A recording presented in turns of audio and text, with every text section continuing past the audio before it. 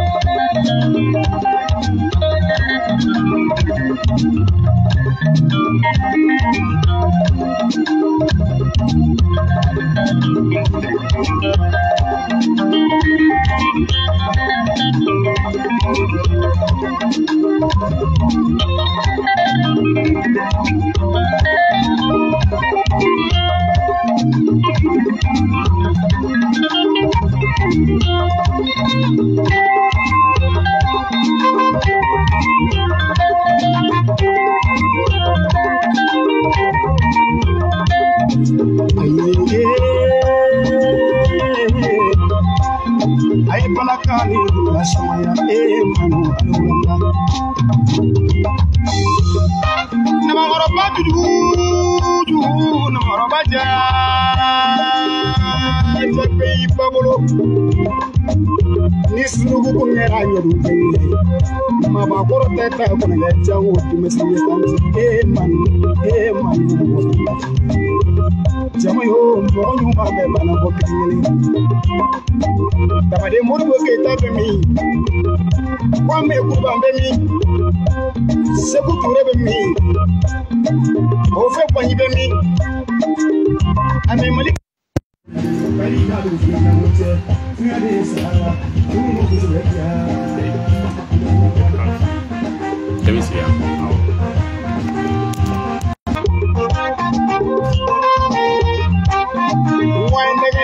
Fende mulu ni tege ndela ngo fende mulu ajala jubula lemba malijanyi namara tawula ni barakewi Fende ni fende mulu ni tege ndela ngo fende mulu ajala jubula lemba malijanyi namara tawula ni sabali bawi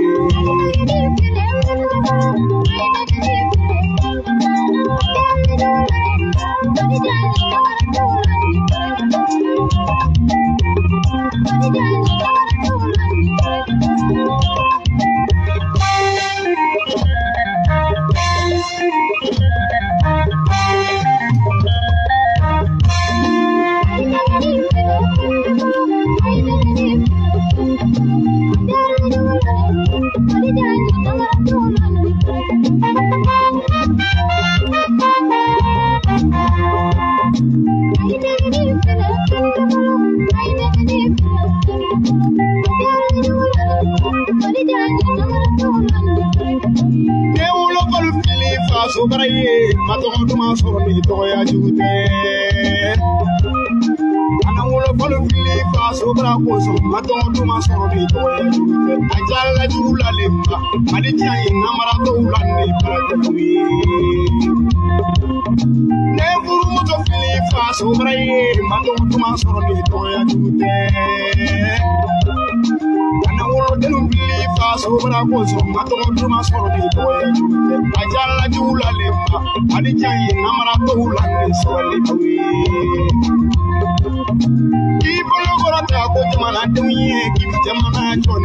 Omanyariche anambuso demse ani mabakoro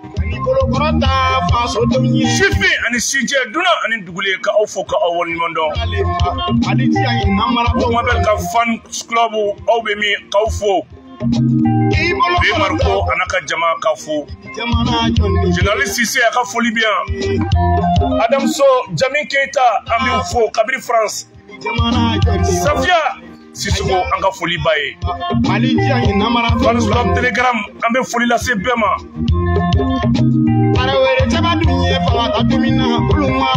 Malien de la diaspora an b'u fɔ u sigiyɔrɔ an'u bɔyɔrɔ la u mana kɛ yɔrɔ o yɔrɔ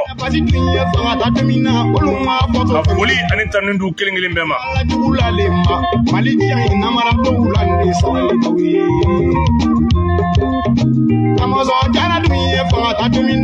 Balimaw an ka jamana bi yɔrɔ min na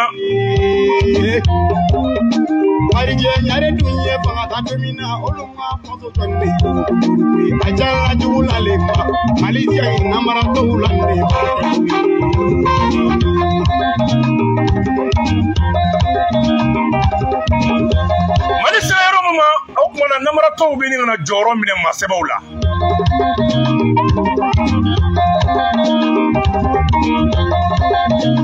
An bɛ foli belebele lase an ka justice ma, le ministre de la justice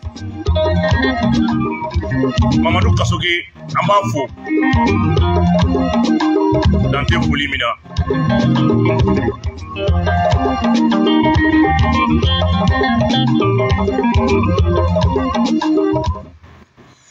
Balimaw an bɛna don an ka émission kɔnɔ k'a fɔ aw ye an bɛ yɔrɔ min na ko bi. An bɛ yɔrɔ min na ko bi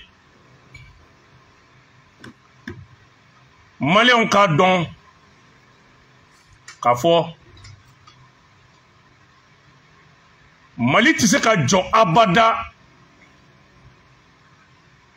n'an ma dɛmɛ don domaine dɔ ma n'o y'an ka kiiri ye an'an ka justice.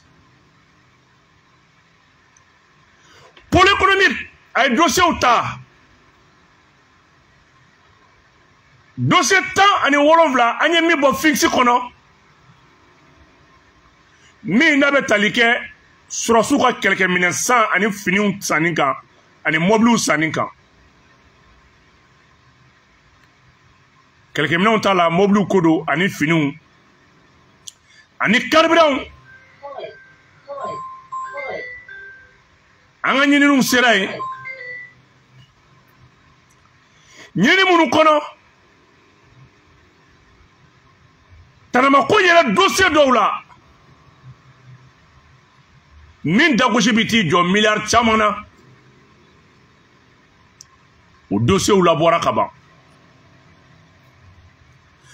Ala ye tiɲɛ jumɛn bange? N balimaw, pôle économique sariya kura min tara kɔnɔ n'a b'a fɔ ni mɔgɔ min nɔ minɛla pôle économique sira fɛ k'i ye faso wari dun walama i ye tɛnɛmako dɔ kɛ min bɛ tali kɛ faso ka nafolo ou bien faso ka dugukolo la, k'a bɛɛ tɛna kɛ kaso ye. Yamariya dira jamana ma a k'i bolo minɛnw saisi k'o feere fana k'o bɔ jamana ka wari la fɔlɔ yani a ka se farikolo yɛrɛ ɲangili ma. Ni sarakisɛ in ka tali la an bɛ CNT an b'aw fo olu minnu sɔnna ka sarakisɛ in bila a ka tɛmɛ ka fanga ta k'a di pôle économique ma ka tila ka pôle économique bɔ dimension locale la n'o ye an ka région ni an damayɔrɔw la ka pôle économique ka fanga d'a ma à l'échelle nationale. E maa min n'i ye faso wari ta, e maa min n'i ye faso nafolo ta, e maa min ni e yɛrɛ yuruguyurugu ko la, fanga bɛ pôle économique la sisan i ka du walama n'a ye daluya sɔrɔ ko i ye du in k'i denw tɔgɔ la walama i y'a k'i muso tɔgɔ la walama i y'a kɛ mɔgɔ tɔgɔ la min n'a bɛ don e garisɛgɛ kɔnɔ, pôle économique bɛ se ka minɛn ninnu saisi. Yɛlɛma bɛ ka don sariya taabolo la jamanadenw ka lafiya kama. Fɔlɔfɔlɔ ni pôle économique kun y'i nɔ minɛ dɔw tun bɛ san kelen san fila kɛ u bɛ bɔ ka n'u ka miliyariw dun u bɛ tila ka tɛmɛ ni bɛndiyaw ye san kelen san fila kaso a tɛ foyi tiɲɛ u ye. Transition y'a ye k'a fɔ nin gɛlɛya ninnu filɛ nin ye nin bɛ kɛ sababu ye adamadenw ja bɛ jɔ faso wari ɲɛ foroba nafolo bɛ kɛ adamadenw yɛrɛ kun wari ye yuruguyurugu nafolo bɛ ta ka k'i i sago ye sarakisɛ taara ka fu siri nin dan na n balimaw kabiri dosiyew nana pôle économique la sisan dosiyew bɔra ka dayɛlɛ sisan kɔni an bɛ ka villa sɔrɔ nɔgɔya la sow bɔra ka commencer ka feere dɔw y'u to kɔfɛ k'u ka sow bila sugu la barisabula n'a y'i ja na n'a m'i ja a to yen pôle économique ka laɲini fɔlɔfɔlɔ ye mun ye o de ye ka nafolo minɛ k'a lasegin faso wagande kɔnɔ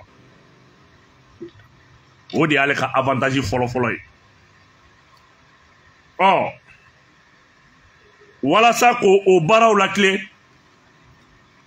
an ye sow ye étage jɔlen bannen a bala k'a di dasiw la dɔw yɛrɛ ko k'ale n'u ye 40 cɛ sɔrɔ k'u b'a di $40 cɛ sɔrɔ u b'a di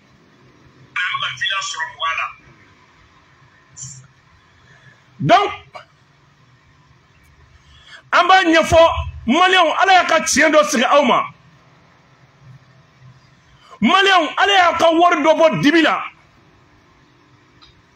maliyɛn minnu bɛ kɔfɛ a ye na so jɔlen bannen san étage kunturu bɔra ka feere dasiw la kɛlɛ kun bɔra yuruguyurugu kɛlɛ o hakilina o bɔra Asimi ko kasoke ma ko tɛmɛni baara ye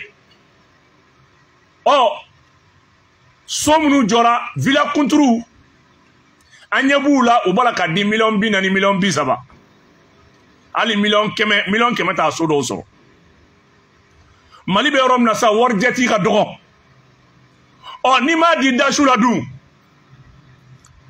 jamana kiritigɛlaw kɛn bɛ ka mɔgɔw bila so ninnu b'a la ka yɔrɔ ɲini k'u ye domaine maaw kɛlen bɛ dossiers taara ɲini u fɛ immeuble ba jɔlenw minnu jɔra miliyariw la minnu jɔra wari bahuw la jamana ye maa bila ka taa so ninnu lajɛ n balimaw ala ye aw minnu bɛ yen ni so t'aw bolo dɔw bɛ ka di kolew feere a so yɛrɛ terrain tan kole u b'a la ka feere dasiw la sotigiw bolila bɛɛ bɛ k'i ta fɔ bin kɛra an kan ça c'est une justice sélective u bɛ kɔfɛ quoi wari bɛ mɔgɔ minnu bolo k'a gérer u maaw ɲɛna o fɛnɛ sɛgɛsɛgɛliw b'a la ka kɛ dɔw bɛ yen a fɔra k'olu kana bɔ ko mɔgɔ bɛ se ka jɔ u la marché dɔw dira défense la o marché dɔw olu dɔw wari sarala ka sɔrɔ facture t'a kɔnɔ facture tɛ dossier kɔnɔ o dɔw y'a sɔrɔ PV de réception a dɔw kun kan ka camion de di armée ma dɔw kun ta ye Toyota ye o Toyota yɛrɛ fɛnɛ o mobile marché dira ka sɔrɔ concurrentiel t'a la an y'o lajɛ Parado TXL o wari ka ca ka tɛmɛ VX kan Parado TXL o wari ka ca ka tɛmɛ VX kan a ye taa Finks kɔnɔna lajɛ Dramé ka journal a b'a sɔrɔ yen n balimaw taa donna forobamugu la fantanw ka nafolo bɔ kuma sera ka si ka baara kɛ ka i ka impôt ni ka manto wari sara ka tila k'a ye ko o ko taara kɛ tanamako ye o jɔra sow b'a la ka daji a ye taa ACI kɔnɔnaw la so jɔlenw b'a la ka ban ka feere a ye taa Cɛbani a ye taa Ɲamakɔrɔ kurani na n balimaw so jɔlen bannenw b'a la ka feere dasiw ala nana ni tiɲɛ dɔ ye k'a di maliyɛnw ma bɛɛ bɛ k'i yɛrɛ ɲini sisan dossiers b'a la ka bɔ dɔɔni pôle économique y'i jɔ de dɛ fo loi in ka tɛmɛ loi tɛmɛnen kɔ sisan pôle économique bɛ ka dossiers labɔ parce que mɔgɔ caman de bolila olu taara nka sow jɔlen bɛ yan kurubaw fana bɛ ka di dɛ aw minnu ye garage tigiw ye kuruw b'a la ka di hali sɔngɔn caman tɛ a ye n'an ka bɛn a la aw minnu bɛ yen ni awa magasin t'aw bolo aw sigene no suguba kono commerçant halalaw commerçant horon kuru bala ka di nogoya la ay nanga be ala kuru belebelu bala ka di malé munu be kofé na dugolo hami bawla di kolo be 20 kolo be ala e femi soro femu soro yurula abala ka di mbalba una moro konnala ande do ministère de la sécurité intérieure kono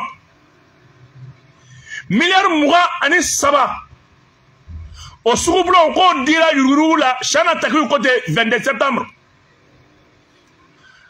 o ko dira entreprise de madoma entreprise munumbe ado créera kalo woro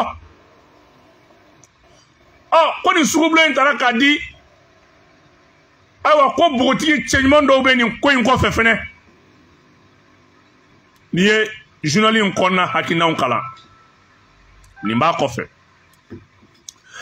mbalmaw mogo bala ka bo ko kuma ye tieye doko galondo nga ame mi fo président Assimi fenkele miye fangaw bi o ti dore de ka tonoli kele ki nyeti baka ki teri do ije nyogondo ki baraka nyogondo ko nini ibe joro kele ube nini fanga nyini nyogon fe Assimi mogo ya ke abega fanga ye gele asoro nala yike masake kanake kojugu sere nala yike joro tiye eti fama ka famaye eti fantan doronga famaye be jedi Assimi ni marché munu dira ka dira ni tiendo ministre mu ma yoro la ni tiendo aka bo aka kuma note ame domna ko bi kuma min folo no mo be ka da o de la wa o de tien an bolo folo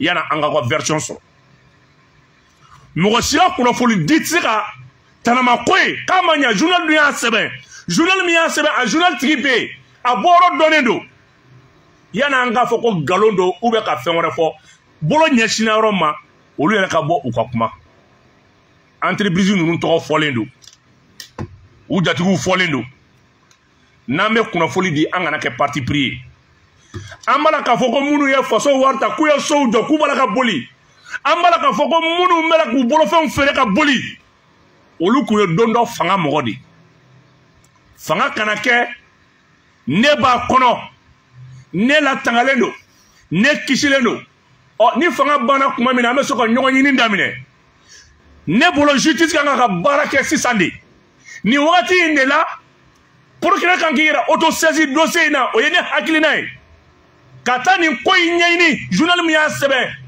kata ministère de la sécurité intérieure la alna ya soro si de ba kuma o kuma na kata laje mindu mbalmaw nango malikura nyana woloma manga e malikura la nango malikura mauka damakaya justice bolo ka fo bi e bala ka do poursuit ko ye war dun kunu mi ele ni bolo joro la ni sena be ko ya ta mbalmaw an kun bolo ko yelema munu kera sira kun war minola ani 40 minali yuru war ko la an kun bolo ko yelema munu kera aramadon ka surafen misenina surafen war miseni minali la an kun bolo ko yelema munu kera ni ka papier be yoro mina kate dima ni man doni sara aywa amina balma do ka seria la me ale bina seria da ama seria mi amba la me ladilikan jondon ba kono ale ere mabese ka fo namana yi a dokera ale ere la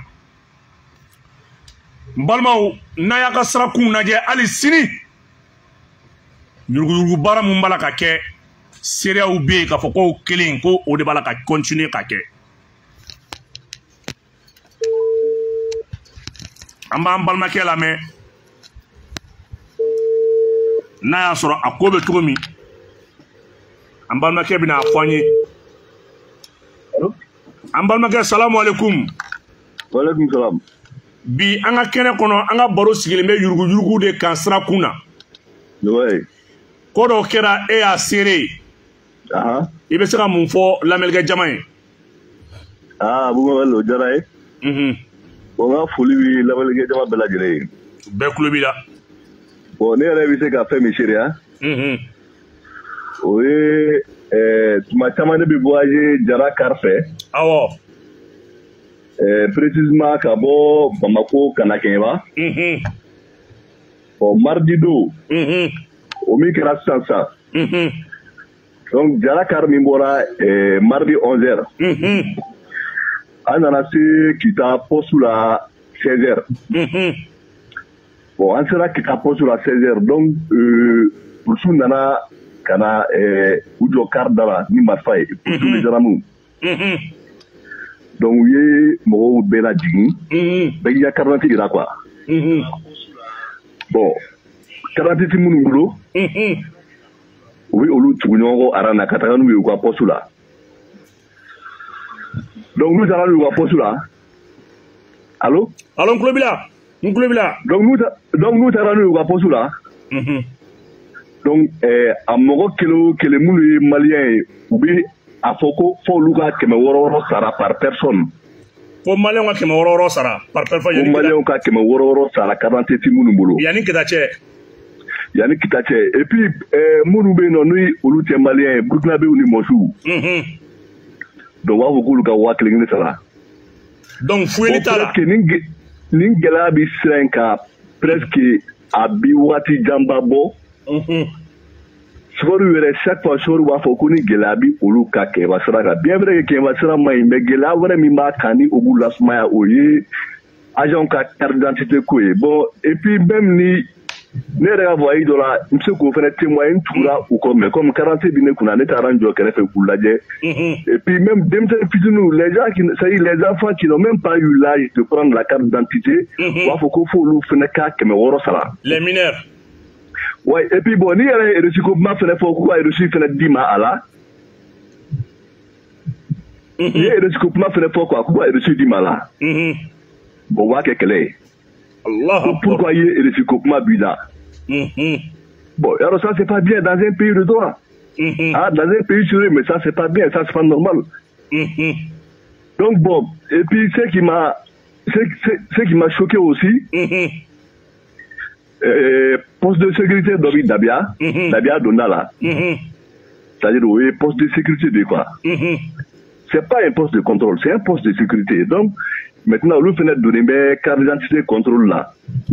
Poste de sécurité. Poste de sécurité Dabia Dondala. Actuellement, poste de sécurité ka baraka nke mun de RF. Oh, mais n'a pas que poste de sécurité, c'est-à-dire c'est pour protéger, c'est pour sécuriser la population et leurs biens. Ka mobile kɔnɔnaw lajɛ ka kɔfuru lajɛ. Voilà, bon, et puis Makla Folo et le même mardi aussi, on a fait au Dabia Poste là. Oui, Bella Ding sans les corps quoi. Donc, à ce moment-là, passager, vous faites 40 minutes pour le tout le monde, à travers nous, ou à Poste là. Mais vous m'avez est-ce qu'il va y nous, oui, mon la Ding. Ou ti saki kilen konna la je, k'a fɔ ko passager ou ka saki ama la je ni fɛn t'a kɔnɔ. Mais n'a ma ye k'a fɔ ko aw bi yen contrôle kama. Mais normalement carte d'identité jɔra ka dɔgɔ mais an ye mɔgɔw ka sakiw kɔnɔna lajɛ et puis u tɛ hali carte kɔfuru dayɛlɛ ka sakiw kɔnɔna lajɛ mun b'a kɔnɔ. Min b'u intéressé dɔrɔn o ye carte d'identité ti mɔgɔ minnu bolo olu bɛ wari min sara o de b'u intéressé. Mais ça c'est pas bien. Donc e yɛrɛ bɛ nin seereya. Non ne yɛrɛ bɛ nin seereya et puis ne ko n ko i ma c'est à dire min yɛrɛ ka di n ye. I bɛ se ka taga Jara place la. Ka sukariw ɲininka. Et bon o kari kelen min bɔra mardi. Tellement que entraîna Kita poste la jusqu'à ce que sukari tagara ka passager dɔ to. Allahu akbar. Faut qu'il y ait un chef d'escalier à Ouele ou tu me dis mais pourquoi attendre à passager toi? Mais lui il a passé plus d'une heure de temps à Jean Boula avec au délit. Tu vois, donc là le coco a vu le passager au Macron. Mais finalement, avec la carte économique béton, il a été obligé de laisser ce passager derrière lui. Bon, ni wala to kuna sisan. Bon, yara kara tunoni. Akara tunali. Voilà, bon, or que carte d'identité est répliquée sur. Actuellement, on ne trouve même pas la carte d'identité. Tu vois, la police, il m'a oublié carte d'identité, la war du boulot, mais carte d'identité. À plus donc, mais une situation sous là, mais aya la vraiment, avec nos population ma tourna. Il y a une solution au là. Et puis, tu sais qu'il y a Tongo de 140 fladien, Tongo de presque, je peux dire que passager T5 à meeting là, Kalama, parce que Carbi, c'est qu'on a Carbi plus d'une heure de temps qu'agent au boulot, juste parce que Carbi, c'est au boulot. Bon, même Nikoko, il dit, Wardouma, quoi, il reçu Kala, Wakekele.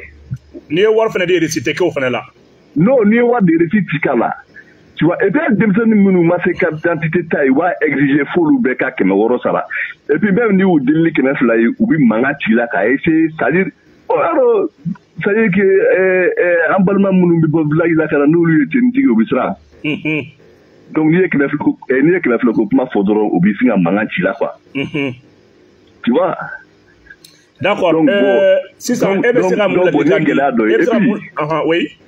Non, je pas fini d'abord. Ok, continue. L'autre jour, là, j'ai l'habitude d'aller chez lui, quoi. L'autre jour, l'antara sur Atika Borako, Ataleme, Kemba Bora, là, Sénégati, station totalement. Pour poursuivre à Modendo, Meni, Moutou, quoi.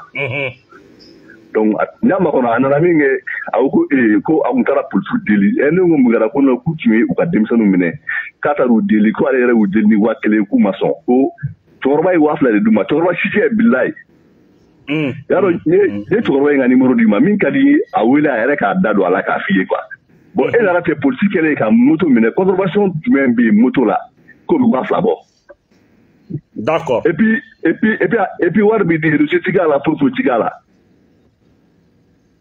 D'accord. Bon, bon, il y a des cas participation, mais la solution me proposer nous est derrière Hakilai. C'est-à-dire, il y a dans ma trésor qu'a essayé qu'à Dimsendo recruter.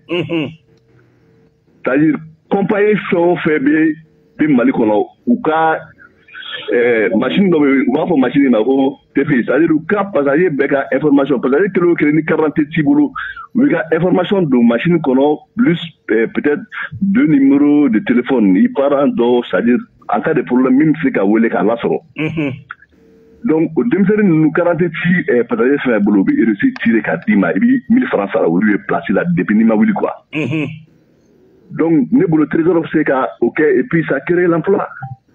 D'accord. Au cas, c'est-à-dire, au bimoro lâché, au bimoro sinatilia, voyez ça, nous fait quoi. Ok, donc, Mbalmake. Oui. N'a mogo de rega séria ou la tour ambiwele initié, ikani wala lila. Problème pas. Il y a familial bas de sur Allah. Nala sona. Mais il y a des gens qui sont là, ils vont y quoi. Sinon, vraiment, c'est un qui a ou quel mec à mogo c'est bien. Kosobe. D'accord, fama ou klubila. Voilà. Ok, merci. Merci bien. Aïwa, Mbalmao, ni kunye alibi ame malikura joli kene de kan. Ni ya me ko sécurité fo mo ka da nyogona.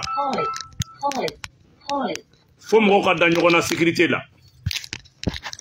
Nama da nyogona bara tise kanya. Mbalmao amena chauffeur fene wele ni ye chauffeur ye mi ma wele dongo do kaka degun fo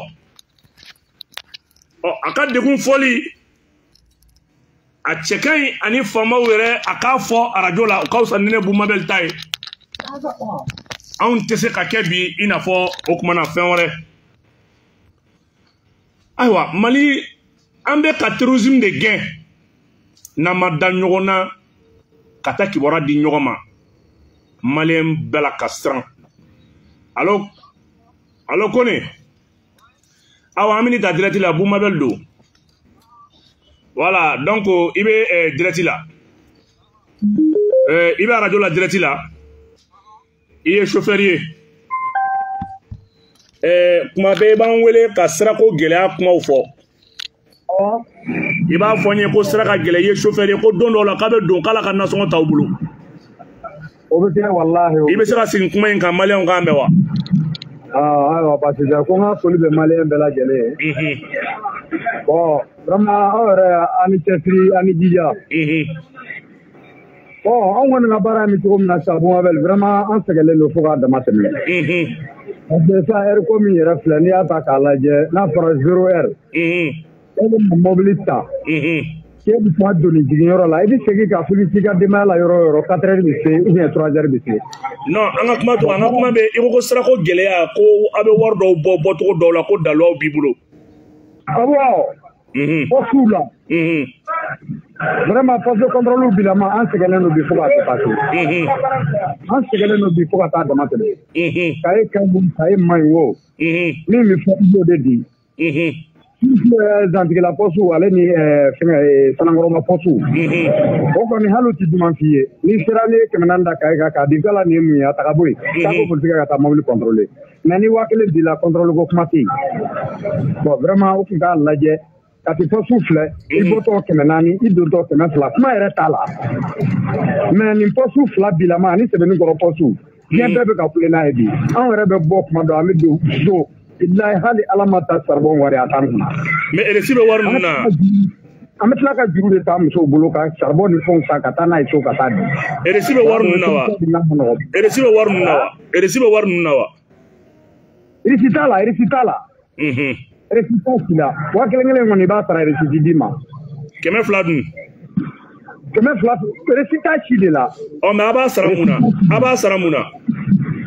Bon. Parce que n'i nana ni kaye n'i ye kaye d'u ma u bɛ kaye yɛrɛ u tɛ kaye yɛrɛ lajɛ. Souvent kuma dɔw la dɔw bɛ kaye minɛ k'a lajɛ ko 1000 di. Ni ko chef vraiment nin ka ca a ka ɲi taa ko cɛ politique ka taa mobili contrôler mais n'i ye 1000 di contrôle tɛ yen. Mais munna aw tɛ sɔn contrôle fana ma? Munna aw fana tɛ sɔn a ka contrôler? Pardon réseau. Munna aw tɛ sɔn a ka contrôler? Ouais bon kuma an bɛ contrôler kuma dɔw la.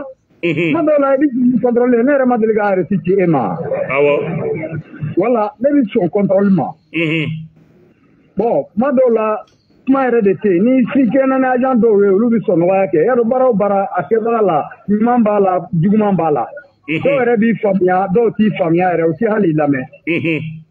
Vraiment an kɔni b'a ɲini faamaw fɛ n'a ti ɲɛ c'est à dire u ka solution kɛ ka passage bilasira la I sera poste de contrôle la dɔrɔn I k'a nɔrɔ I ka vitre la I ka t'i ka sira fɛ a banna. O wari yɛrɛ o bɛ se ka kɛ ka baara caman kɛ hali Kayi filɛ bi kɛ mobili jɔyɔrɔ tɛ Kayi. Mobili bon o wari minnu bɛ fara ɲɔgɔn kan ta a bɛ se ka jamana bɔ nɔgɔ la a bɛ se ka sira dilan.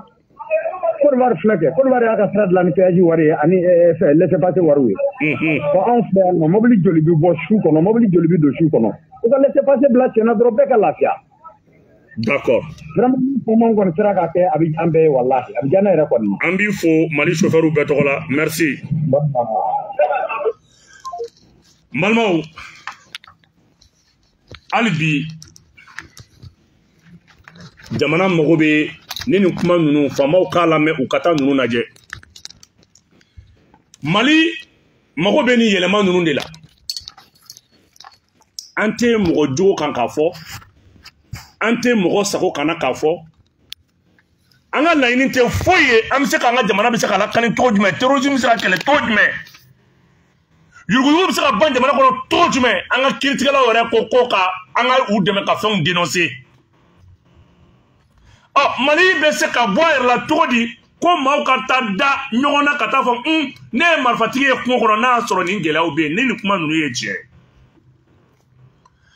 anw jigi bɛ Mali min kan k'a fɔ ala k'an bɔ Faransi bolo ala ka an ni Irisi cɛ bɛn ala k'a kɛ Union européenne ka fara anw na Mali k'i jɔ n'a yɛrɛ ye est-ce que bi n'an ka nin yurugujurugu in bɛ ka se sɔrɔ est-ce que an mago bɛ Mali mun na siniɲɛsigi la est-ce que an bɛ se k'o sɔrɔ wa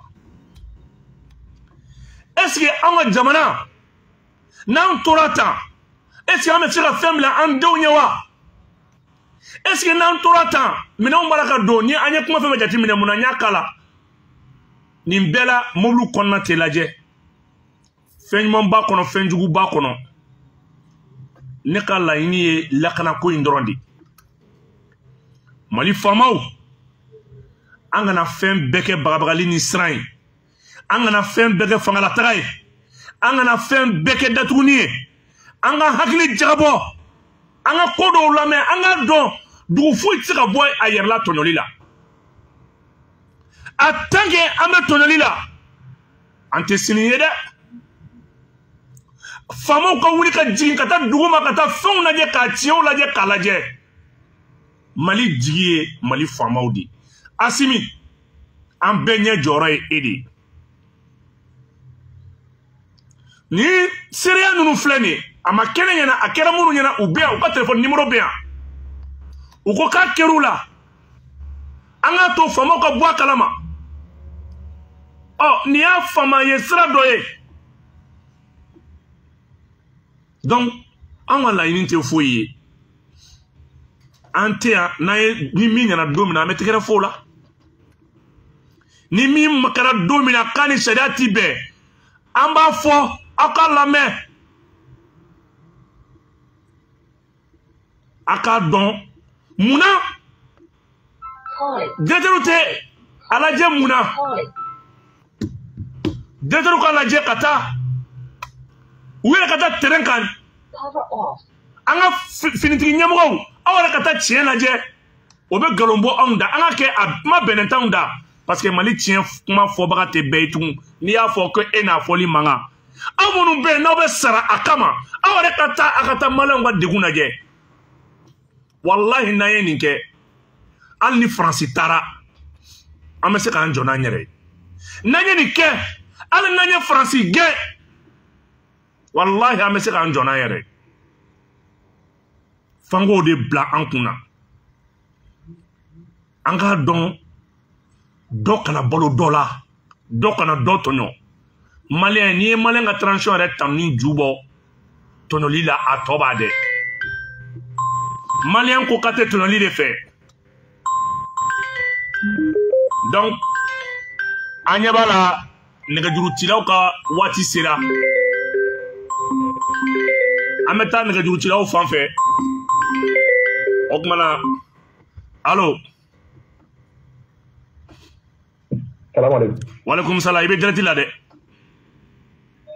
ala ne le Touré le grand Abou Mabel Touré le la Guinée Touré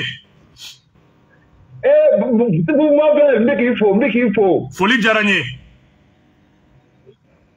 la Guinée ba Faransikaw bɛɛ b'i fo a diyara n ye ka ne ma ka wɛrɛ n dɔɔnin ninnu kɔrɔ don famille bɛɛ b'i fo wallahi o diyara n ye kira émission k'a ka di a bɛ faso kanu dun hadamaden na merci bien e tɛ kɛ mɔgɔ fɛ mais bi k'i wallahi i tɛ kɛ mɔgɔ fɛ mais i bɛ k'i yɛrɛ kan'i fɛ nin ye tiɲɛ ça c'est vrai hadamaden i kɛɲɛ sisi ka mɔgɔ tiba i yɛrɛ la nin ye tiɲɛ Touré mɔgɔ i ka foyi kɛ wallahi i sara yàrá bolo i ka foyi kɛ jamana ko la i sara yàrá la bolo d'accord Touré comme an bɛ direct la an bɛ nɛgɛjuru sira di mɔgɔ wɛrɛ ma problème t'a la merci ala ye tiɲɛ ni kɛnɛya k'i ye Touré a diyara n ye merci Inch'Allah mɔgɔ minnu bɛ kɔfɛ olu bɛ se ka weleli kɛ télécell la allo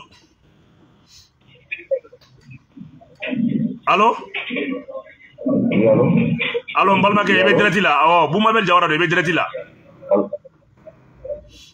oui Bou Mabel ça va ça va somɔgɔw tɔɔrɔ tɛ voilà bon i bɛ ka weleli kɛ ka bɔ Paris effectivement ok i bɛ se ka mun fɔ émission na yo an ka baara bɛ yuruguyurugu de ka yuruguyurugu voilà bon an bɛ se ka min fɔ kɛrɛnkɛrɛnnenya la ka ɲɛsin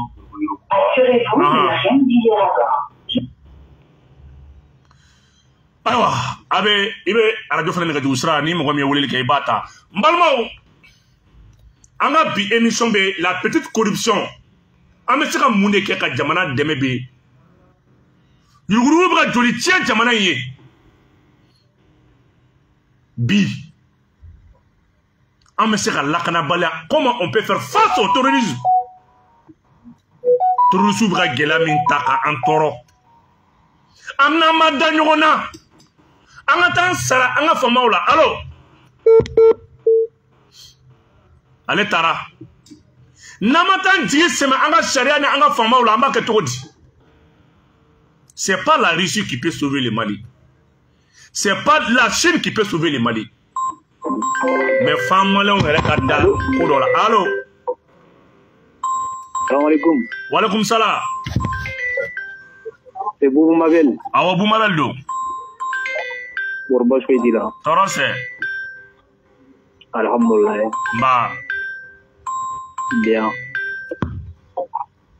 Ni voulez kabo les Français comme ni meki gami sur la mer. Ba di Congo fakin fana ki wole ba on fera des citations na yamba ka fla ko yego pour malité on bende ka bakala ma des citations na yamba. Non mais bien anga bi émission me yurugu de ka yurugu. Ah yurugu. Ah la corruption seulement. Donc si on reta de tungoranga au fait ni bi min do yurugu la au kai. Et bien, c'est quoi les niafos, femmes au cas, mais ni solution, mais c'est la là. D'accord. Mais du coup, Mala, n'est pas mon galama Mala, depuis nous, combien watuna? Oui, carte d'identité, quoi. Allez, bien, pour l'homme qui l'est bien. Ni carte d'identité du bolo, va, faut que mes là, ça va, ok, mais ça va, ni que mes là, au béta, au bé de l'état de quoi, soit au bé de.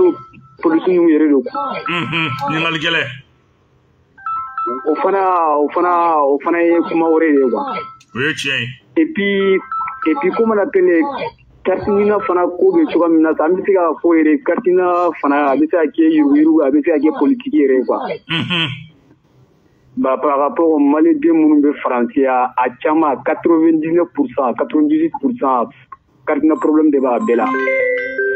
D'accord. Kunya fo wati dola ko Mali ou bien la solution ni Mali de la yangwa tu vois ou te ko fana laje ko on be se ka fo fana yiru. Merci mon frère. Amé chance di mo warema. Ikalla yini famiara. Ameta Mali tese ka boa yera la nama yurugu kele astra befe. Dugu sifira Mali bonogola. Allô. Salam alaikum. Wa alaikum salam ta'ala wa barakatuhu. Boubou Mabel, Baba Famanta, le Sogoningo. Ah, Baba Famanta, ça va, les jeunes carolaires, ça va. Émission Tarabolo Kaye, Folindo. Ah, Foli Diarangé, Famanta. Ça va. Merci. Merci. Bi, anga bi émission bi yurugu de ka, ana kololo. Yani ka muruta marfa jamana kama, yani ka marfa ta kama. Yurugu e droga juguni français malien ka. Français man tient do. Na yurugu be min tient anye, français ta tient anye. Anye ne ka durusala la bla. Allô, salam alaikum Boumabel. Antien balmake. Awa, Tidibu Touré de Sogoningo. OK, Touré. Awa, mais il y a des dirigeants là. J'ai comment mon fort et d'aller à Posukola. Quand le drame est âgé. Et Jara chauffeur. Ani Aka chauffeur. Ni me devait dire Mohamed Medeka Madouma. Ibrahim de Pochomla. Minim me tuge ngono ya.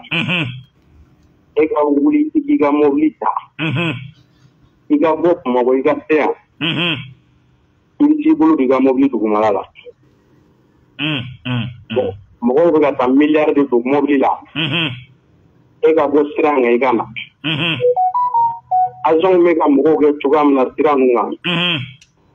Ina ko made on te. Mais adokere elawa. Ah? Adokeri ere lawa. Kasi beno ko munu be pieti te munu ku. Abebe jode fo luga classe na oteta. Adokere enyana. Ne be tira la wati be. Allah akbar. Abia ibe contrôler ni tira kati paso be contrôler. Contrôler te basio mais mobile era te fiolu mo be pièce ou drone na zara mo go drone ta. Ni pièce ti ko wari. Mais ni wardi ani pièce du ibe temea. Ni wardi dro ha banere olu mo go drone ta. Donc ça qui te la guerre fofo était la guerre. Ay olu ko wari dro. Ah.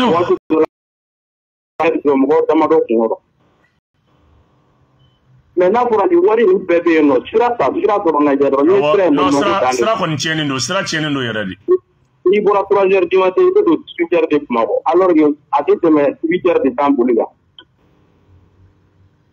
remorque min bɛ siran allo Balmakɛ allo salam alaikum wa alaikum salam wa barakatuh ibe direct la ouais pardon sujet corruption de cas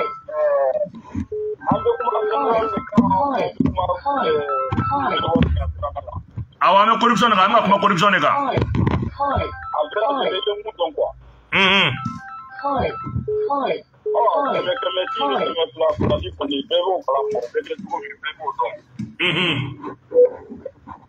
porque la solución no la es que vito de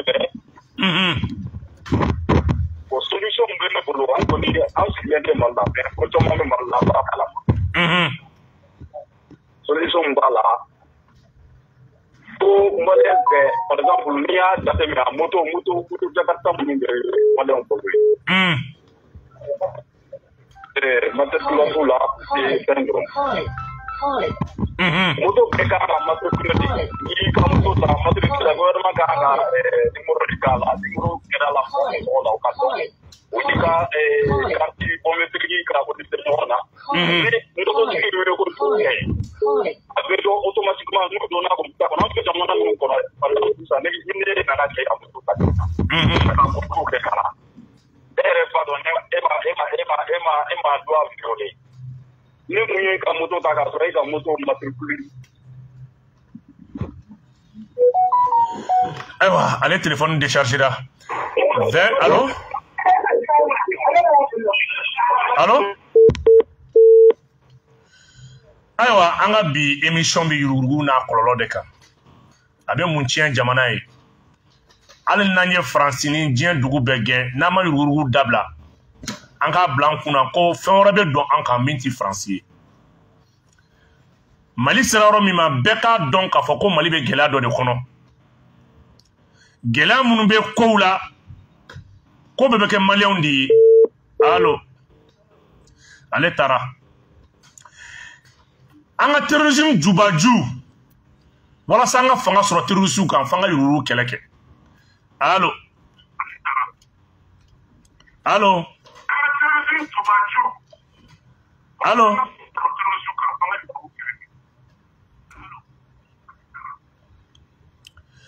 ale taara an bɛ taa hali bi mali kura bɛ se ka sɔrɔ cogo di anw maliyɛnw yɛrɛ jɔda ye mun ye mɔgɔ caman bɛ ka kuma yurugu kan allo an cɛ ça va Korbaite nba ne b'a fɛ ka kuma buguma bɛ ne fɛ awɔ i bɛ direct la i bɛ arajo la i bɛ direct la i bɛ arajo la ni i bɛ direct la quoi i bɛ direct la déjà ok ne ko ne b'a fɛ ka ɲininkali dɔ de k'a la ko ne b'a la k'a lajɛ réseau kan ne b'a fɛ ka ɲininkali dɔ de k'a la ne y'a sɔrɔ mun kɛlen ka carte d'identité kɛ 5000 ye tan carte d'identité 5000 e y'a yɔrɔ jumɛn 5000 10e arrondissement ni se b'i ka tugun wɛrɛ tugun an bɛ taa ni i yɛrɛ b'a fɛ ka ɲɛti kɛ taa 7e 10e 15e 7e 10e 15e 7e 15e 7e 15e 5000 5000 i bɛ taa u b'a ko carte tɛ yen nɔ i bɔtɔla dɔ b'i ta o antenne na ko bɔgɔli 5000 b'i bolo k'ale bɛ se ka bɔ ka d'i ma a daluya b'i bolo wa a dalu ko kuma yɛrɛ kɔni tɛ buguma bɛɛ i ka komi e dɔnnen don mɔgɔ ci dɔrɔn sini lundi dɔrɔn i ka taa ɲininkali kɛ ko carte d'identité bɛ yen nɔ wa n'i bɔra i ka ɲininkali kɛ ba d'accord est ce que n'a fɔra k'a daluya di i labɛn n'o k'a di wa ala i b'a fɛ ka terewu de ye ne bolo bɛɛ b'a fɛ n ka t'u filmer k'a ci ma ayi filmeli ma komi faamaw bɛ se k'a dɔn k'a fɔ u bɛ fɛ ka yurugu kɛlɛ aw ka seereya bɛ se ka faamaw bila u bɛ taa yurugu kɛlɛ 40 5000 o tɛ 40 den bi 50 ou bien den joli den 100 ani batakalante yɛrɛ 300 dɔɔnin voilà i y'a faamuya donc vraiment an b'i fo kuma a ye kuma taa ɲininkali kɛ ou bien ka mɔgɔ ci ou bien n'a y'i diya i bɛ n ka contact kɛ i bɛ n wele n bɛ taa mun enregistré n b'a ci ma d'accord nin commissariat i ko commissariat jumɛn ni jumɛn ne ko n ko 10e 7e 15e 10e 7e 15e ka mɔgɔ ci ka taa a ko lajɛ i ka émission sigi a kan n'a ka di n bɛ taa renseignement ta n bɛ wele n bɛ taa enregistrement bɛɛ kɛ k'a ci ma Aïwa. Merci, mon frère. Aïwa. Malikura Soroli Balaka Gelea Doni. Malikura Soroli Balaka Gelea ni Malion Red Damabra Nyon Fenta. Fama ou Klubala. Akokad Daloa Babolo. Anche, salam alaikum. Wa alaikum salam. Anche Boumal. Ouais, ça va bien. Ouais, alhamdulillah. Bitabe Yururu de ka Daloa ni Sera do Bibuloa. Non, vraiment, émission cadée. Et ça y va dans Naïtra, donc, émission sous-script. Que mon camarade n'a pas trop de temps, quoi. Parce que moi, il y a un bec d'autres Francis Dubé, quoi. Il y a une mission pour une double là-bas, il y a une mission pour nous. Et les choses sont faites. Francis, mais Francis Dubé, il y a là. Il y a un mungala, il m'a Francis Dubé, il y a vraiment. Mali vraiment ni ajuma ju yemi kala donc kuma to rona ko yurugo ni tamye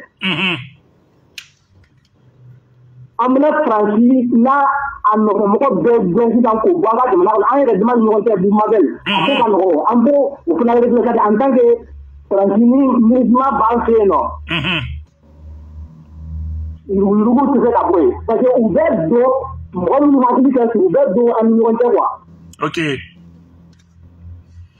D'accord. Déjà que il a une européenne qui a posé ici là.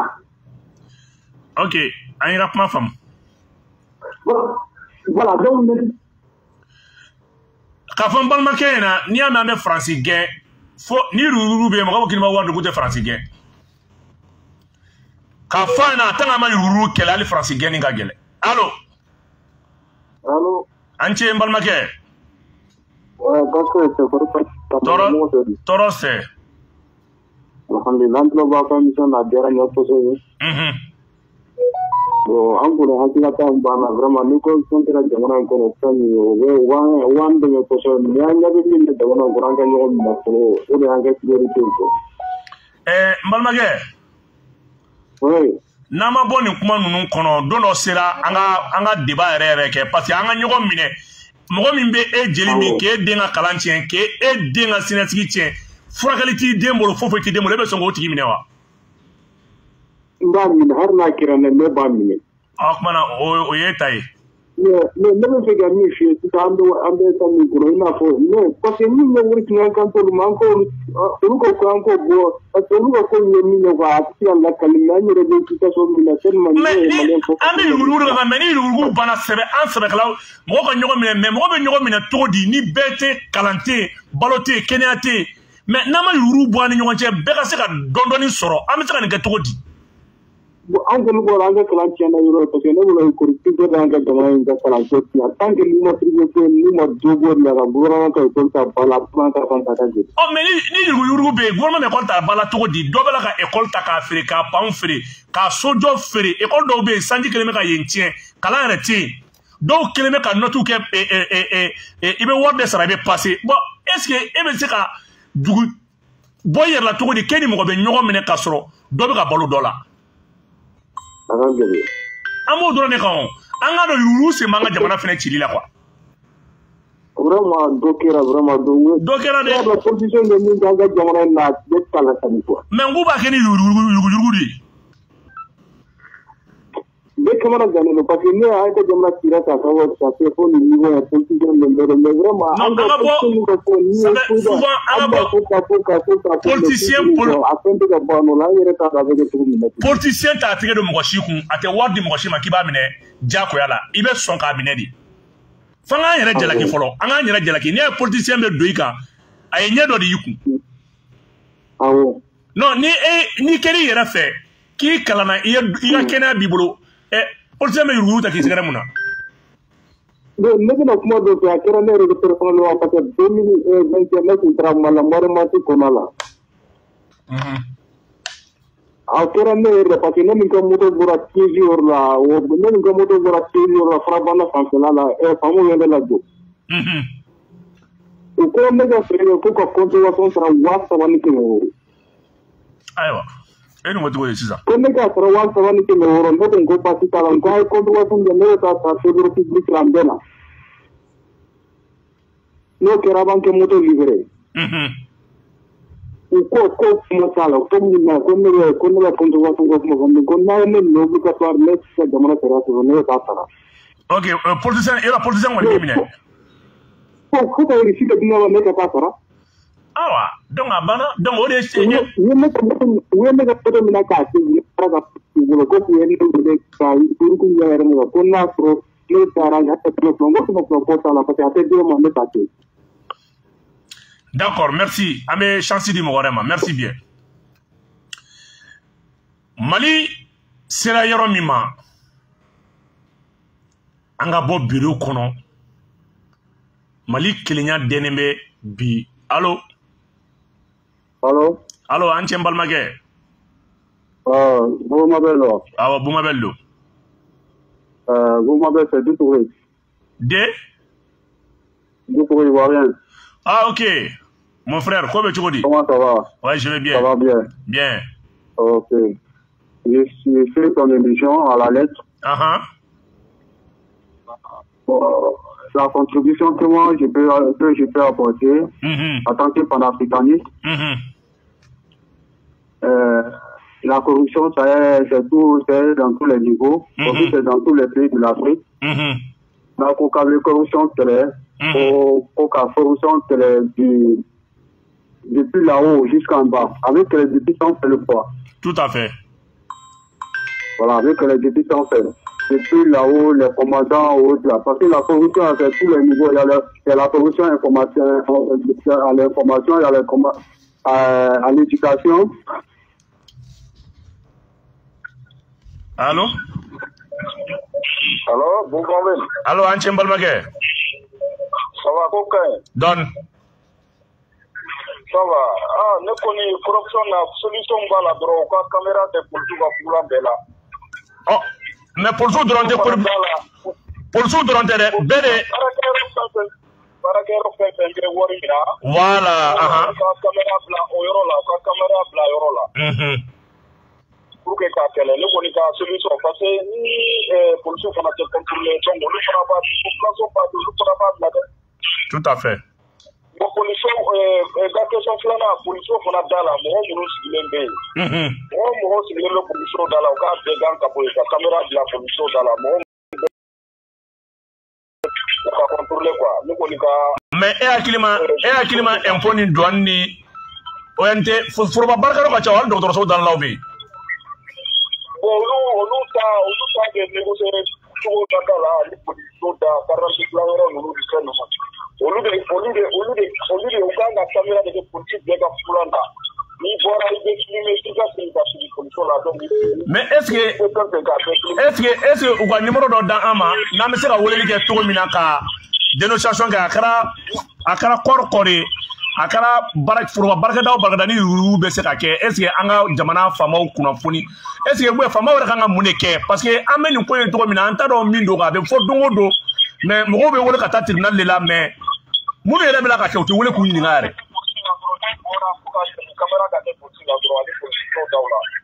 D'accord, merci.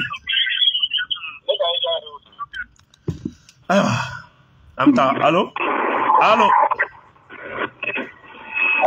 allo an ce. allo an ce n balimakɛ n tulo b'i la. An ce bu i ka kɛnɛ. Tɔɔrɔ se i ka solution ye jumɛn ye i ka laɲini ye jumɛn ye. Alu kɔnta ne bɛ wele kɛ ka bɔ New York quoi. Ok kɔnta. N bɛ fɛ ka émission lamɛn. Mais pour que corruption kɛlɛ policiers tɛ se k'a kɛlɛ quoi juste département de kan ka wuli k'i jɔ quoi. Cogo di. Olu de kan ka na ni contrôleur ye justice département pour que se ka corruption kɛlɛ quoi. N'o tɛ n'i ye famaw yɛrɛ damaw bila k'a kɛlɛ a tɛ kɛlɛ quoi. N'a fɔra ko chargé ka taa i jɔ ka wari minɛ a bɛ taa inspecteur ta d'a ma nɔ la a se ka kɛlɛ quoi. Ah, ça c'est une bonne solution. Oui, si c'est minnu bɛ minɛni kɛ dɔ bɛ taa di patron ma bon patron tɛ se k'a kɛlɛ quoi. Ah, d'accord. Ok, merci. Allô? Allô, Klobila. Ok, ni fana solution dɔ ye. N balimaw an bɛ yan solution ɲini de la Mali bɛ se ka bɔ nin gɛlɛya in kɔnɔ cogo jumɛn? Allô? Allô? Allô? Allô, salam alaikum. Wa alaikum salam. Allô, salam alaikum. Ah, wa alaikum salam, ne Klobila. Tɔɔrɔ tɛ. N bɛ fɛ ka n da don a ka baro la. Baro ye e de ta ye, kuma b'i bolo. Allô?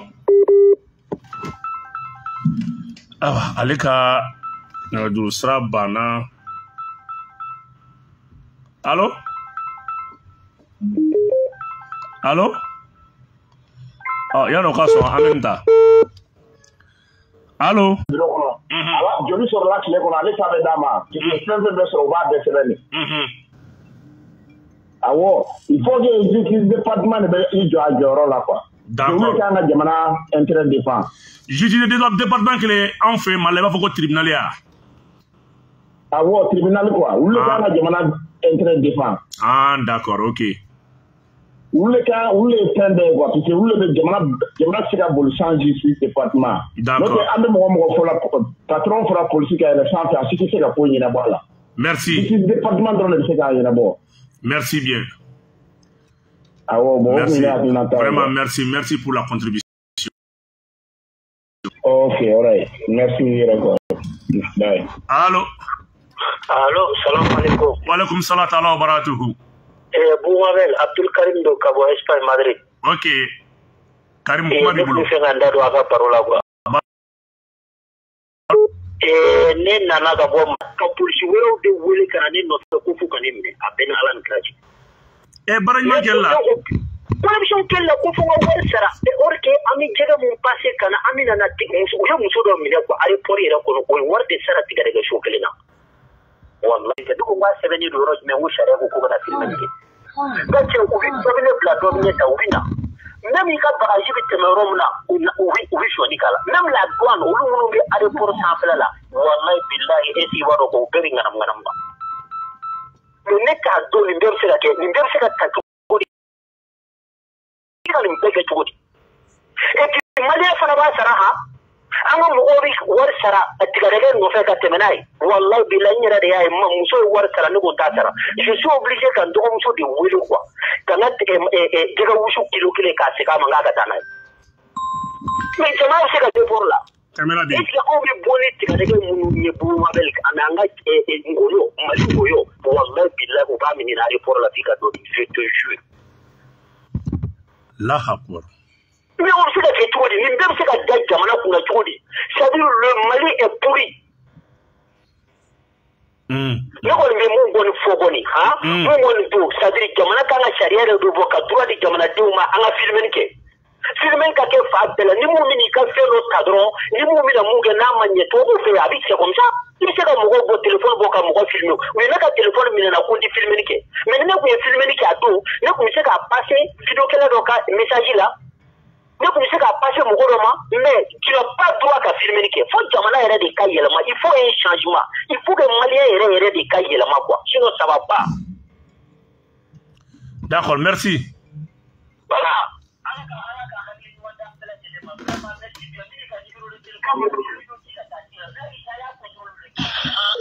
Allô? Allô?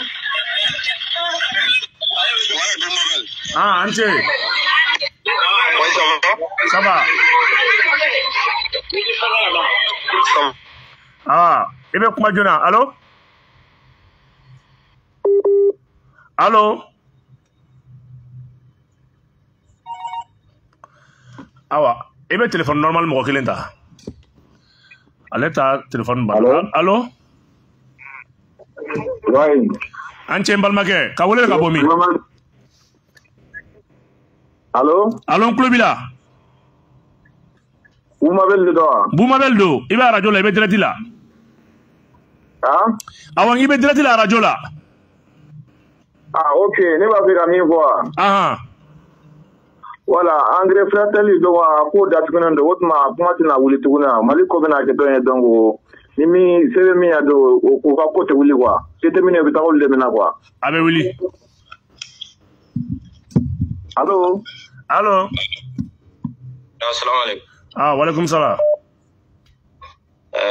ambe on fait ka participer ka émission ina awa kuma bi bolo mbalma ke ka wuli ka bomi voilà bon comme il faut que kele mina ni yere de akele yere corruption no bora jamana la dro jamana talen na ni ga mese France la ibe jamana wona ni ga mese bela ambete ma bela parce que har ambe kele mina har militaire fleur frona ni corruption mais c'est ka ta kele ke mina on faire mo djuma ni che ça c'est vrai corruption de euro be jamana ka fenge be ni corruption te jamana sila o jamana la fialendo ça c'est vrai mais il faut quand même faut gouvernement aider que sinon c'est facile quand corruption kele bon ni gouvernement ni si télé la si ça comme il faut que chogo mina ka foko ni mo mi le policier fait fenye keme mina il a be keme flebe ta plainte ke ni roina e ba dabla mais le gouvernement ba mako voilà il est fantasme bon ni ko e wa clean sera iba sera parce que itaro ibetairo ni police bla la nyona abeta ibla kasi akasi fait parce que nous be wor mi mine beta ni dodi chef bon ni tara ro la bi pénaliser tout ni na la ma fra beta kaso ke don ne bi te famo aussi Allah il obligé les no ka wori qui ire fenge quoi tu vois non bon corruption kele ka no mais gouvernement de bera amna nyere sege a police ou affaire fait munu fle fangala nous lié fouchera la bi ba abedable yeche. Voilà, merci pour la contribution. Bon, merci. Allô. Salam alaikum. Wa alaikum salam wa barakatuh. Ka wele ka bomi. Jara Kulubakari, Jara yɛrɛ wolo. E taxi bola kuma b'i bolo. A kɛra fama ye. An bɛ dugawu kɛ nin ka kɛ a daminɛlen ya. Ayiwa baasi tɛ bɛnkɛ. An ka jamana télévision. Ko an ka caméraw de bila sɔnni. Barafinɛ. Monturu. Téléphone. Sabara. Kulisi ceinture. An y'a ja ni na kɔnɔni min bɛ don nun na. Ani min bɛ don kulo la. Caméra de don nin bɛɛ de la pour que an ka production a ka kɛlɛ bɔ. Mais e yɛrɛ fɛ ko a dɔnnen tɛ yan. An b'a dɔn k'a dɔnnen don mais problème yɔrɔ min violence de don. Violence ko de don. Sinon ne filɛ ka min fɔ de ni a y'a baaraw don mɔgɔw la u ka taa don mɔgɔ min ye ɲɛmɔgɔ ye ka don olu kan a bɛ siffler aw yɛrɛ t'a ye ni ma su mɔgɔ ɲɛnama tɛ siraw bɛɛ kɛ. Mais est-ce que ni faamaw ye tribunal dayɛlɛ ko n'an ye min an ka taa f'u ye siran t'a la ka numéro dɔw d'a ma ou bien ka tribunal yɛrɛ kɔnɔ u ka mɔgɔ dɔ la sigi ale chargelen don dɔrɔn ka mɔgɔw ka plainte reçoit corruption kan est-ce que o fana ma nɔgɔn. N'i y'a ko ye ɲɛngoya bɛ sɔrɔ a la dɛ. Non a tigi tɛ girin ka baara kɛ n'i nana n'i ka dalu a b'a fɛsɛfɛsɛ kɛ. Mais problème yɛrɛ o bɛ tɛmɛ filmeli kan wa ou bien o bɛ tɛmɛ caméra station bɛ mɔgɔw la a bɛ tɛmɛ o kan. N'i minɛla caméra ko fɛnɛ fɔ k'i y'a tigi filmer k'i jo t'o la. Wala i ka intervenant ye min fɔ o de don.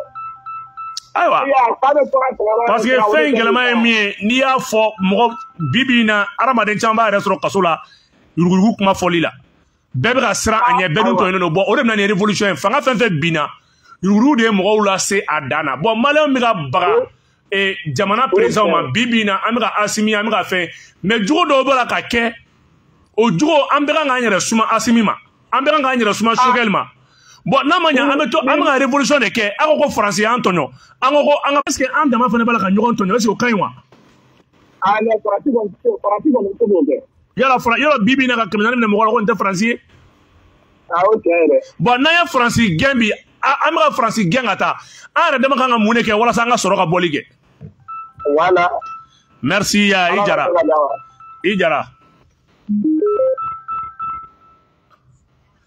Allo n balimakɛ ouais. Salam alaikum. Wa alaikum salam tala wa barakatuh. I bɛ direct la. Vous m'appelez. Torose. Torose. Alhamdulillah. Émission Talkolo à Kani Kosebe. Ok, il y a la ligne du Anga la ligne ka andado Malika corruption kelela. Ok, il y a dans l'offre. Mbalma ke minye wole liki ka bonira. Mi wole ka bonira kawo. Aye kuma mi fo aye lege se defo. Ni corruption sika kela ni justice ma tendo ala ko. Justice ani police de corruption anti correctionnel quoi. Voilà, pour justice no de cap sur ka para que ñon fait. La droga corruption kele a solo lu re jele do quoi. Parce que adama de yere te ki I tege do flena flemi jele do ere tege no kolendo. Ati se ka ke fu yere kay tege ku ka je. Ebra justice ko mon fa andu me mal le la ave New York ave ko la sama o kuma la de. Ay ne be français de mais ay be français on bien ou be ne eba no uba on mine atu ayu to toy. Oui, faut adama de anga nyon waiba de parce que na ma nyon waiba nan sora ka nyon sutura bo ma kele bi se ka tama kan na polo tuko ni e ya bala e ka entre sutura le ambe memi vient balma ganta de sutura de ambe srandi e wala dongo do ambe mo fene kuma bebe kasola o fene ma ngoy. Voilà, au moins, mais si ça Ramadia tabolo emiye, ikana to maroka gati la ka wari ni ka penso. Yeche. Ka haramu ke I te ni I ba oni fa o kono. O kono daga lente. D'accord, merci. Merci. Sinon Allô, allez ka kuma la, allez ka mun fo malla o débat min tege. Français débat de il ben qui to français. Allô. Allô, salam alaikum. Ah, wa alaikum salam. Voilà, ne ba fait tout comme téléphone pour te verra quoi. Ah voilà, légal ni nga ba fait ni ngal do kila quoi. Bismillah. Abi bo Mali budget de la wa yaro parti politique no be financer. Ma finance ro wa financement bo Mali budget de la. Ah bo Mali budget de la. Akoni tigera folo mais akome bo Mali budget de la. Mais les bas fait de gouvernement a poussé au dana si on a que la parti mari parti politique do be ali ou famille re ou famille do famille ou membre de mo duru mo woroga gouvernement atie gouvernement atie pour le moment voilà ne ko ngala ngene wa tike ga continuer ni me parti créer il ga financer a ka war ga bo Mali utiliser la quoi. Merci pour la contribution. Voilà, ani fana donc engrais fratelli amba ko amela donc akatani sanje de la date ma ko la voilà distribuer mon ko na ko la et ta sur ma dalwa de sur folo ah o ka de la sur de sona ko abe ran diminde malen don diminen to ere ne ko l'intérêt mo ba de ni ba ko ma bo. D'accord. Voilà. Salam alaikum warahmatullahi wabarakatuh. Wa alaikum salam ta'ala wa barakatuh. Bo mabel jawara. Mba ani che kabule ka bomi. Congo Brazzaville. Ok, kame Congo kofo. Iga kuma edme.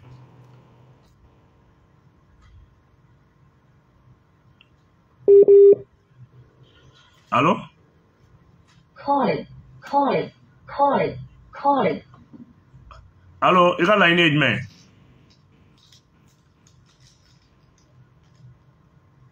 Allô, bon. Allô, oui. Ouais, le blog là quoi.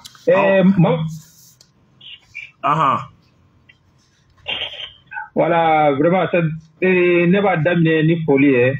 Il m'a folie, tu as le WhatsApp de l'eau. Il va te le répondre avec le Ah, ok.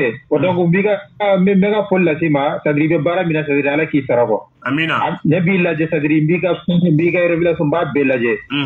Yiru keleli, Mali la, pour y avoir chaque bam mal, ça drive population drone de Segaoui. Todi. C'est de taou à télé. Sinon, on va faire pour ça dire. Ici, Hanya Moren nommé ça dire justice la Tenya. Mais population de Béouli, parce que population de Segenendo. Nous, oui, la Tisa, ça veut gagner sur la loi. Oh, mais RFA, Amega, il y a fallu monter à Radio Nisona. Est-ce qu'il y a un manque à Niname, Kapuma, Ambera, Klanote, Malibe, Romina, Antonio, Nafra Dougou, Fambé, Mineleno. Bon, nous pouvons faire un gelaba en voilà, au fond, oui, c'est-à-dire, mais, Jamana mena ni abe fo mais c'est atteigné soro mais ni ala je bi c'est-à-dire normalement Mali chogo minabi ambe exemple ta Rwanda nyana parce que muna we fait follow mi we ko justifier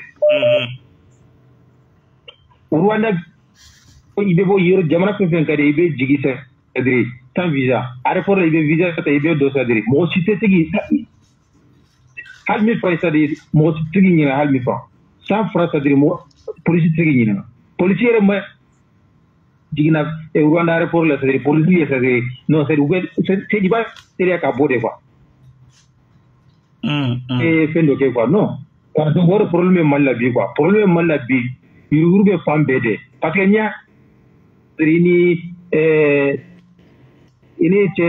c'est doyere togola au kola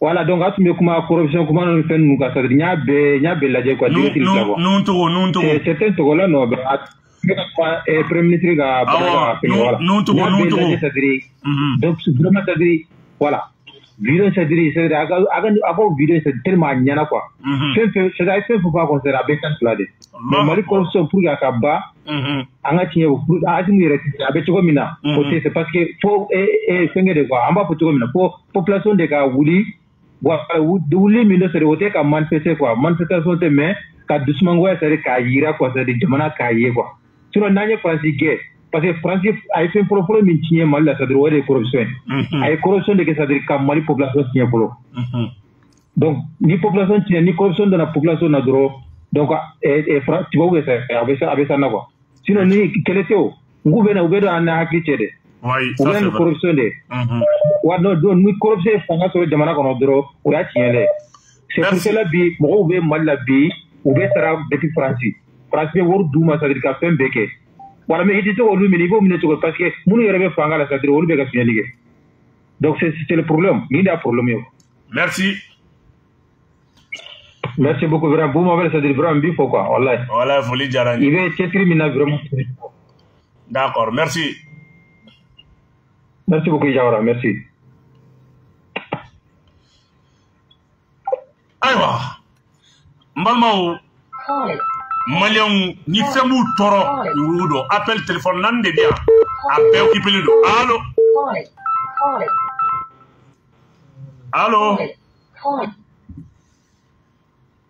allô ah mais hoy ta allez doin tigala allez awa Moussa Cap Malpisi Boub Mabel Jawara page Mamadou Ref neka page bien ambe dafalen bien ambe faire ka folie ani tamni ke ka appel kele ta kajo appel kele bo tambajo allô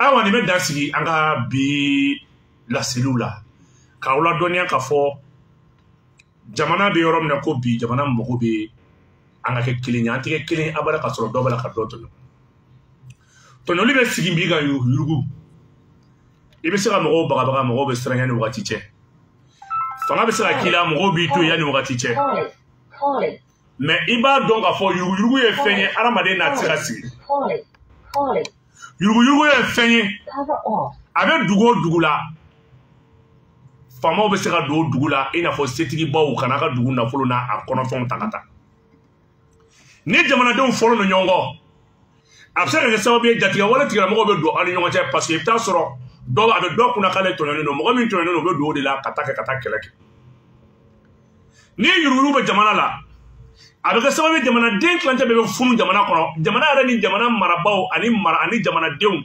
ubeke iba foko wulu ni jakuma barsabla doba bla kuna ko dobi ga balo dola émission sigi kunte quand même ko de a sigi kuye de mi me kofe mi me nyefe be ka se ka kanya jamana barala am be ka se ka bla kuna a ki ka sigi jamana kono mais na be mo kuna ka fo a ne ka jamana kono ne ne wori mundi ne be se ka sago ke e fama yi abe fantan fene kuna ni fenti bolo hagati bolo ni mo nana dondo o be do awni nyongo che ka aw fora fo male on kan yoro de fam fama fantan ni be malendi anga papier ka ita sebene abada ko ni ye fama ye kali ni haga kaka kɛnɛya la kalan na sariya la ka tɛmɛ dɔ in kan n'o ye tiɲɛ ni fɛn dɔ b'a la ka kɛ min ni sariya tɛ taa n'a fɔra yan'a k'a minɛ k'a b'a kɛ juguman ye a y'a bila kelenya minɛ kɔnɔ parce que n'a kɛra aw kelen kelen fɛn fɛn la a tɛ diya aw ye minnu b'a la ka surafɛn minɛ bi a dɔw yɛrɛ b'a fɔ kuma dɔ la ko tɔɲɔli ko dɔ fana kɛr'u la ko vraiment o ma jɛn n'a ye i bɛna dɔn hali tɔɲɔlikɛla mago bɛ sariya la nka ka kɛ maa tɛ se k'e tɔgɔ fɔ birifini b'i kan jama de bɛ se fɛn bɛɛ la ne bɛ min fɔ transition ɲɛmɔgɔw ye u ka bila u kunna maliyɛnw t'u kɔ dɔwɛrɛ la dɛ maliyɛn bɛ tɔɲɔ min kɔ maliyɛn tɛ foyi foyi kɔ maliyɛn ko dɔrɔn a ka da balo sɔrɔ a ka se k'a ka hakɛ fitinin sɔrɔ maliyɛnw bɛ transition kɔ dɔwɛrɛ foyi tɛ u ka courage sɔrɔ ka jigin dugu ma fɛn dɔw bɛ yen a kana k'u ka wagati la transition ye wagati tɛmɛ de gɛlɛya minnu kɛra a bɛ fura de ɲini olu la ka sɔrɔ k'a bila fanga dɔ in ye nka hali bi n'a fɔra ko corruption ɲɔ b'a la ka ɲa a olu kuma tɛ se ka fɔ o dun de y'an bɔ démocratie kɔnɔ ka na transition kɔnɔ an bɛ min fɔ an marabagaw ye juguya tɛ foyi foyi tɛ u k'a dɔn k'a fɔ ko u fana tun bɛ nin ɲɔgɔnna de la kunun n'u kɛra faama ye bi sini bɛ ala de bolo n bɛ fanga la bi i bɛ bi de dɔn mɛ i b'a ye k'a fɔ don o don n'i ma taa faama kɔrɔ dɔ su don i bɛ taa sɔrɔ e yɛrɛ bɛ taa ka taa faama kɔrɔ dɔ ka hakɛw bɛ k'i bolo émission daminɛ la minnu b'a la k'u ka sow feere bi an da tur'o la nka kunun faamaw kun dogo ye mɔgɔ i k'i sigi dɔrɔn i ka ɲama lajɛ n'i ye ɲama lajɛ i bɛ sabali i mana ɲama ye fini kɔrɔ b'a kan dumunitɔ b'a kan filen kɔrɔ b'a kan i b'a ye k'a fɔ ko don dɔ ko nin kun ye magoɲafɛn de ko nka k'a kɔrɔla a nafa banna o bɛ cogo min na adamadenya bɛ ten i bɛ fanga la don min na se b'i ye don min na a bil'i kunna k'i bolo bɛ bɔ nin na don dɔ ni sira fila ye ni ala ka waati se diɲɛ kɔnɔ ni m'i bɔ a la saya b'i bɔ a la an kana ɲɔgɔn degun fo ka se niveau dɔ la an k'a to hadamaden hakɛw an k'o di minnu b'a la ka kuma nin u bɛ ka kuma n'u ka daluya ye yanni an k'a fɔ an bɛ ɲɔgɔn bali kuma la an ka taa solution ɲini an ka problème na sini n'an ma bila ɲɔgɔn kɔnɔ an den dɔ bɛ se ka bila a ɲɔgɔnna kɔnɔ ou bien an muso ou bien an dɔgɔnin dɔ bɛ bila a kɔnɔ ou bien an yɛrɛ kɔrɔ dɔ bɛ bila a kɔnɔ maliyɛn caman bɛ tunga la u bɛ fɛ ka segin maliyɛn caman bɛ tunga la u bɛ fɛ ka na faso lajɛ maliyɛn caman bɛ tunga la a ka d'u ye bi ka segin so i bɛ taa sɔrɔ faransi yɛrɛ nɛgɛ t'u la Espagne nɛgɛ t'u la New York nɛgɛ t'u la Congo nɛgɛ t'u la Gabon nɛgɛ t'u la tugun nafolo min b'u bolo u bɛ fɛ ka segin ka na labaara nka u ma n'u miiri yugurugu ma u tɛ se ka na